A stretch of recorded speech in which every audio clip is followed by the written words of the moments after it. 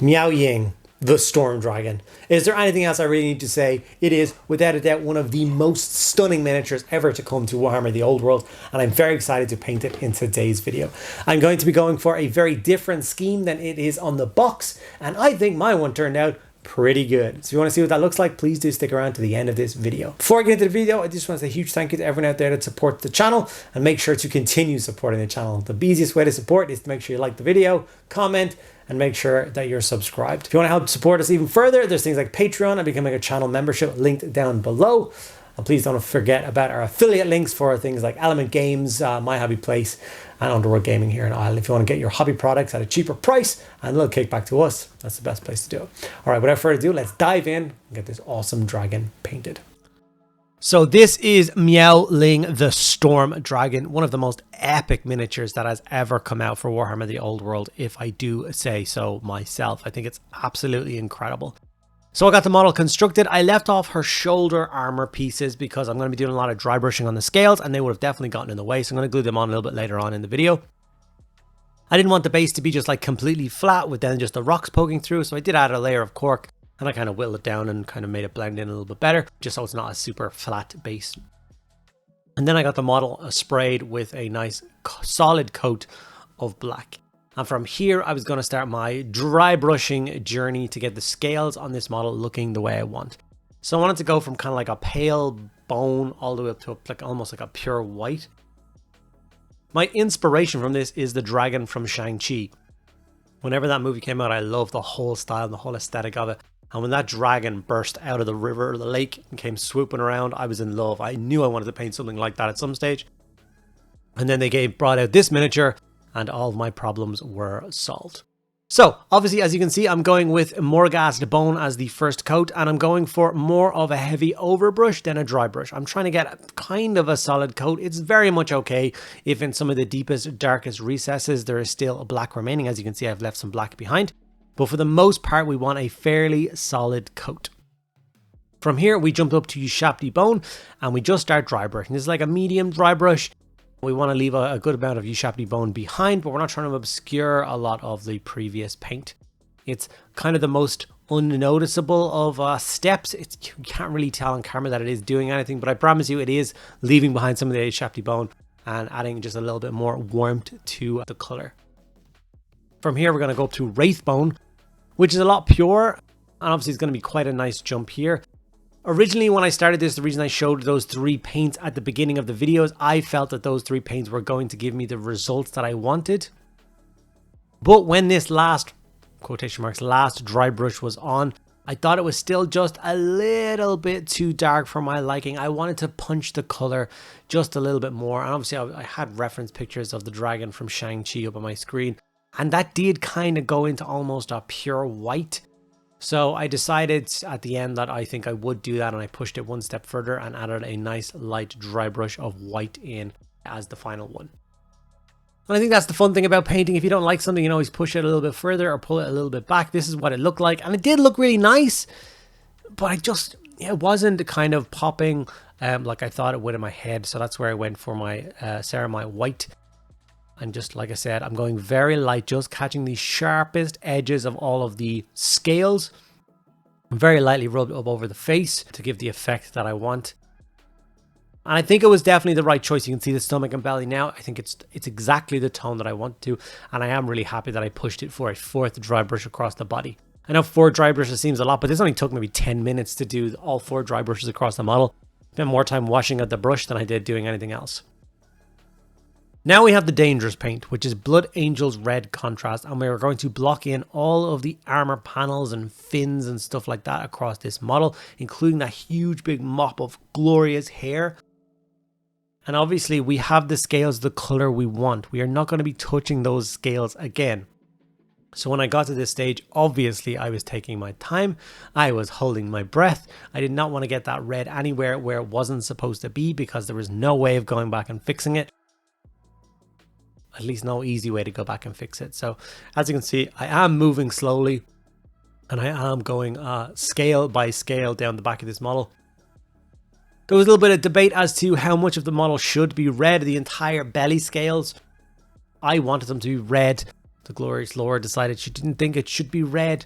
I for once went against her wishes and I did them in red, and I think it turned out the right way. She conceded that I was right for once on that point, and I was really happy with it. So you will see in a minute the model just explode into red, and once you see the kind of finished dry brush on the scales and then all the red blocked in, I think you can see the vision of what I wanted for this dragon, and I think it looks really, really cool.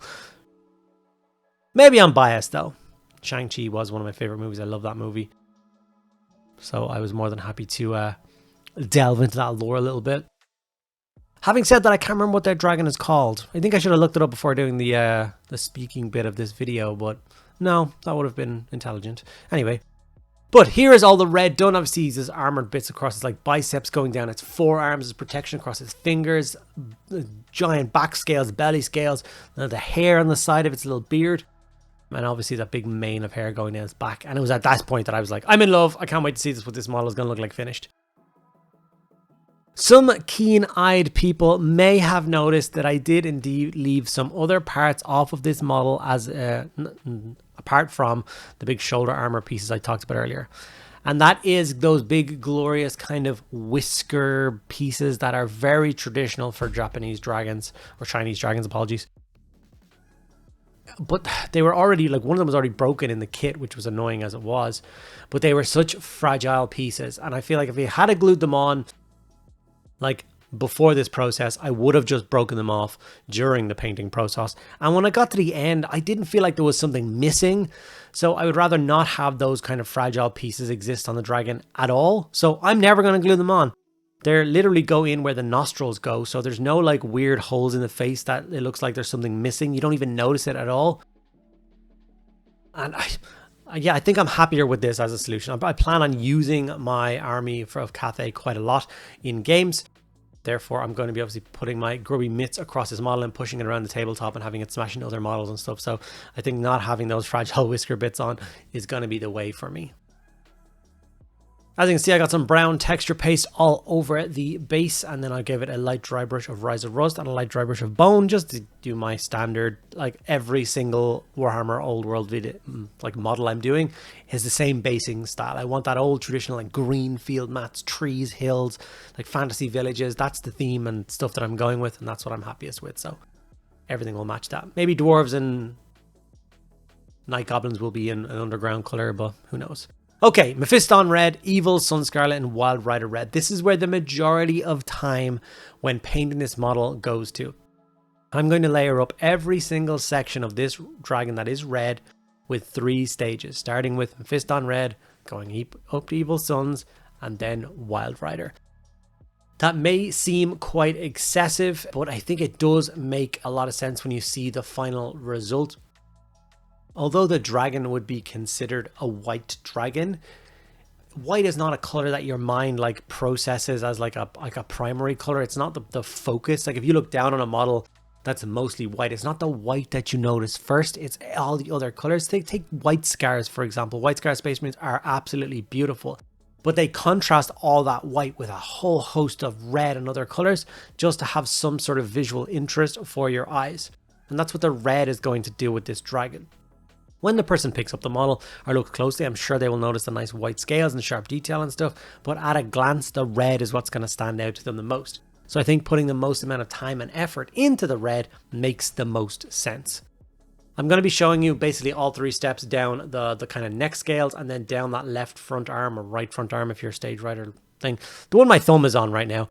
And I'm going to be doing all 3 steps down that so you can see what the final result of the red is going to be. And then obviously I went away and spent 2 hours layering up all the rest of the dragon, all the colors, without having to worry about if it was in frame or anything like that, which can be quite annoying and something I'm not very good at. I don't want to talk about how much footage there exists out there of a bit of a model that's on screen and then just my cutting mat, but never mind. But as you can see, because of the way the design is with the scales, we can just do a beautiful feathering down motion. So think about the 3 different like the paints that we're going to, which means you could go kind of like 2/3 up the scale and feather down, and then you could go 1/3 up the scale and feather down with the next color, and then with the last color you just go along the edges, adding the sharpest bit of detail to it. And that will give you a nice fade between reds. We're not trying to glaze or wet blend or anything like that. Feathering is like those techniques. It's just a little bit easier. It gives a little bit of a kind of choppier result, which I think looks really nice and looks really natural. I did exactly those same 3 colors across the hair, but as you can see, I switched to a dry brush. There was no way I was going to try and dry brush individual strands of hair. So yeah, just same 3 colors, going in, going lighter with each dry brush and focusing more on the kind of upper parts of the hair as you go on will give you a really nice result. Because the strands of hair are quite large, like to a human being, it would be like a, I don't know, like a skipping rope or something. It means the dry brush just catches it really easily and it gives a really nice effect. I couldn't help myself. I did end up recording a little bit of footage of me going down the kind of back plates and armor parts of the dragon. Just kind of wanted to make people understand the same concept with the back armor and the fins, obviously, because the back armor will be exactly the same as the stomach armor. But when it comes to the fins, you want to basically do the same steps, except you're trying to focus like up the membranes, and then obviously you're going for the center of the flap bit, I guess. And you're leaving kind of the edges in between both of the membranes a little bit darker. And like I said, focusing on the center and going a little bit tighter into the center and a little bit tighter into the center with each color as you go along. So you can see here, as I'm applying this color here, I'm not going near the membranes with the final highlight, but I am going on the membranes, if that makes any sense. Maybe I described that horribly, but hopefully you understood what I was trying to get at. And although it was quite time consuming, I was enjoying seeing the progress of the dragon coming along and that red really starting to pop. Okay, Morghast bone for all of the teeth. Obviously we put Volupus pink on all of the gums. Morghast bone covers up all that kind of dry brush work we did, which will give us a nice result like this. We wanted to add a little bit of warmth into the mouth, so Reikland Flesh Shade was then used and paint into and across all of the gums and all of the teeth. And then we simply went back later on with colors like Screamer Pink, use Shapty Bone to highlight the gums and the teeth on the dragon. The mouth is obviously another seriously focal point of this model. When people look down on it, they will notice that as one of the first details. So spending that extra time on things like gums and teeth will actually make a huge difference.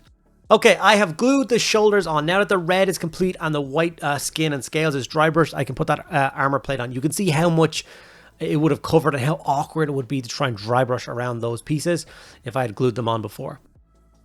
Now it is time for Retributor Armor Gold. And obviously I'm going to have to do multiple coats because I'm going from raw grey plastic, which I've never done in a video before, but you can do. It's just not advisable. I just wasn't really bothered to go away and try and spray those 2 parts. Late last night I was up till an obscenely late time trying to get this video ready for you guys. I know I'm a little bit behind, but hopefully we can get it out not too late into the day for you. But yeah, Retributor Armor Gold was then applied. Like I said, on the chest piece, we still needed 2 coats because going gold over black is quite difficult.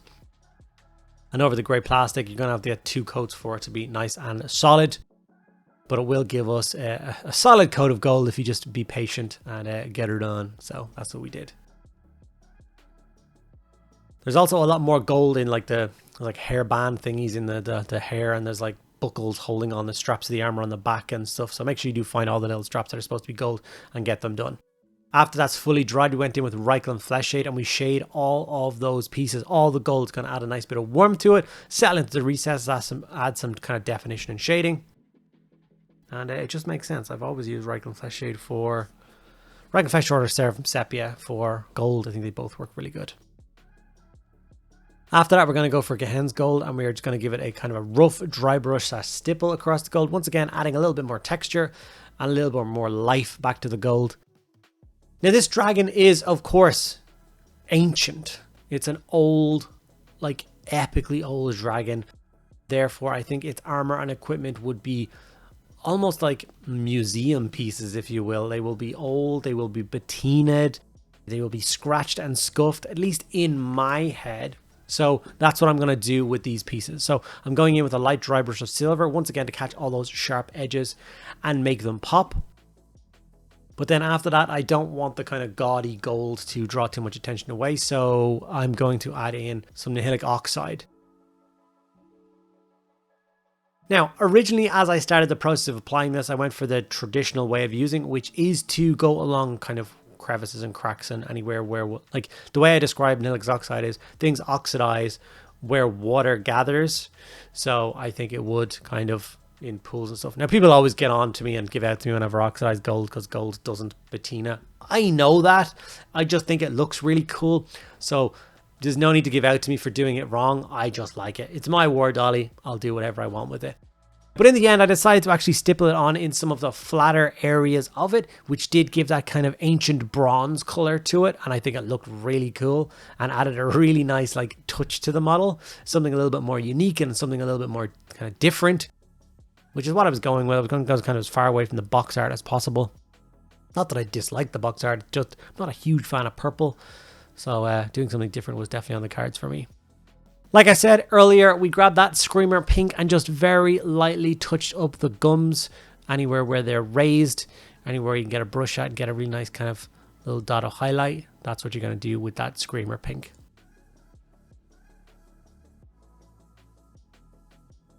And then, like I said, use Shapty Bone, and we're going to go up the tooth. So what I do is I usually go like 2/3 of the way up the tooth, and I just feather down to the sharp bit. So I leave the bit close to the gums, nice and dark and washed.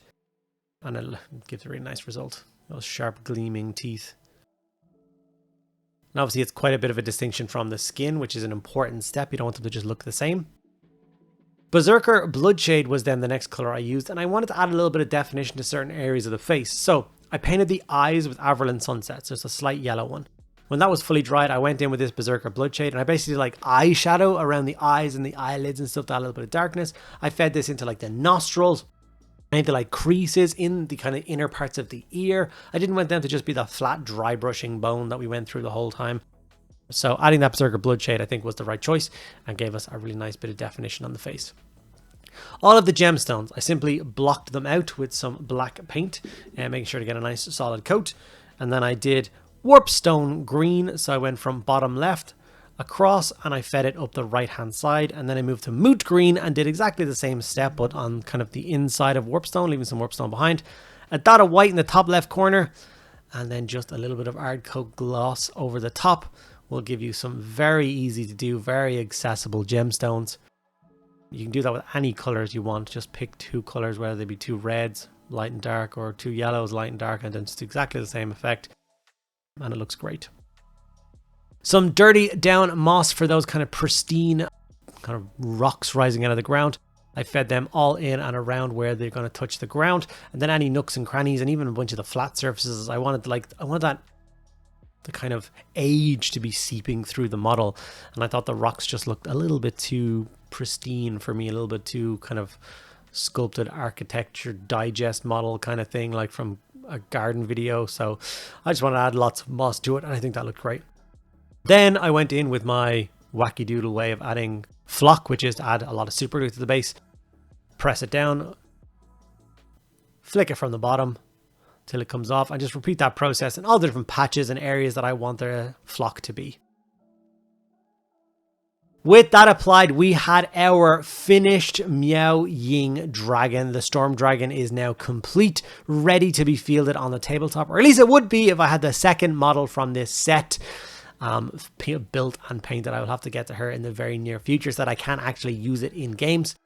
But I must say I am really delighted with the final result that I did achieve from this dragon. I really like the idea of going with the Shang Chi style dragon. I think on the tabletop this scheme will stand out like a crazy amount from anything else you're going to see. And obviously I can't wait to get the rest of this army painted up on the table. Please do let me know what you think of my scheme and what you think of this whole process in the comments below. Hopefully you enjoyed watching. And if you did, do all those beautiful things, like, comment, subscribe. And I will see you guys in the next video.